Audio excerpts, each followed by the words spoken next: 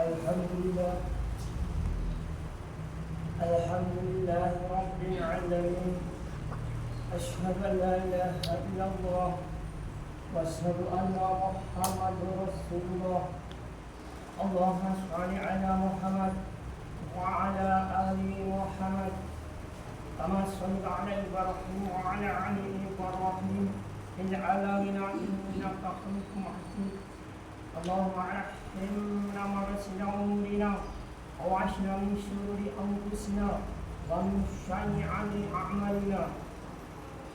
Rabbi shrah li sadri wa yassir li amri wahlul 'uqdatam min lisani yafqahu qawli. Ya ayyuhalladzina amanu taqullaha haqqa tuqatih wa la tamutunna illa wa antum muslimun. Ya ibadallah, usikum wa nafsi bi taqwallah.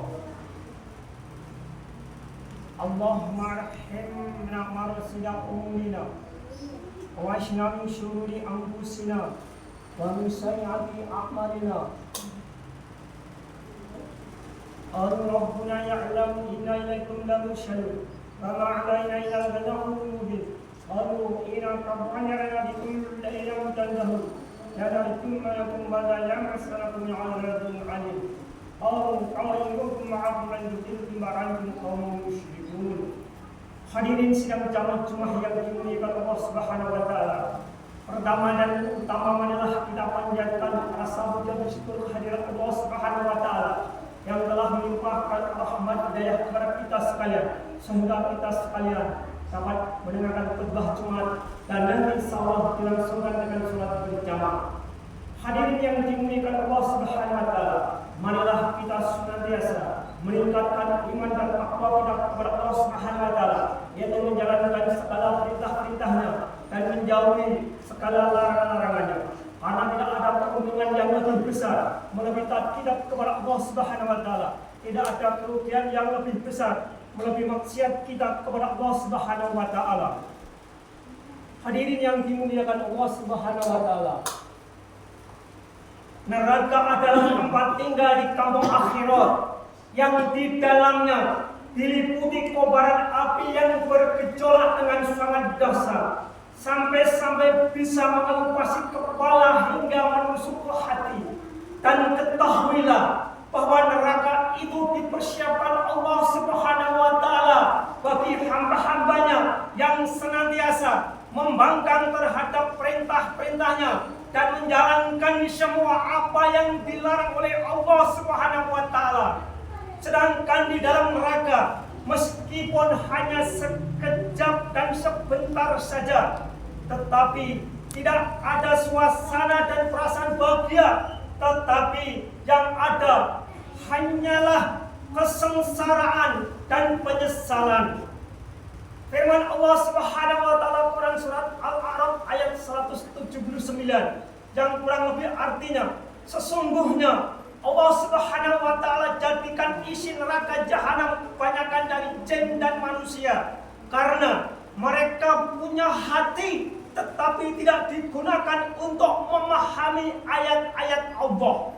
Mereka punya mata tetapi tidak digunakan untuk melihat kebesaran dan kekuasaan Allah Subhanahu wa taala. Mereka punya telinga tetapi tidak digunakan untuk mendengar firman-firman Allah Subhanahu wa taala. Mereka itu diumpamakan seperti binatang ternak, bahkan lebih hina, lebih sesat. Mereka itulah orang-orang yang lalai. Hadirin yang dimuliakan Allah Subhanahu wa taala, adapun tanda bagi calon-calon penghuni neraka itu dapat diketahui dari sifat dan keadaan mereka di saat di dunia. Mereka senantiasa tidak beriman kepada Allah Subhanahu wa taala. Mereka tidak beriman kepada Rasul Allah Subhanahu wa taala. Mereka senantiasa membohongi, mendustakan, menentang ayat-ayat Allah Subhanahu wa taala. Mereka senantiasa berbuat maksiat dan durhaka kepada Allah Subhanahu wa taala.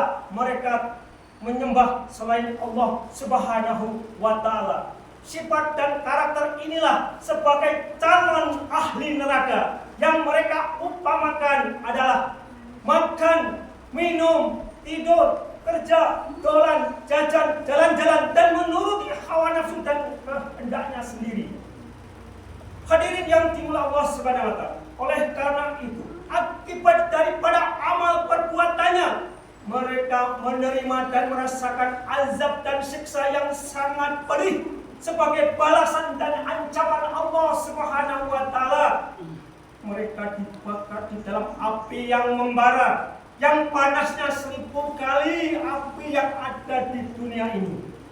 Mereka kedua kakinya diikat dengan rantai pada lehernya, lalu diseret dan wajahnya dipukul dan dicambuk dari besi hingga berdarah-darah, yang akhirnya mereka merengek-rengek, merintih-rintih dan menjerit-jerit kesakitan, minta keluar dan ingin mati saja. Namun sayangnya hadirin yang Allah Subhanahu wa Ta'ala, mereka tidak mendapatkan apa yang telah mereka mohonkan itu.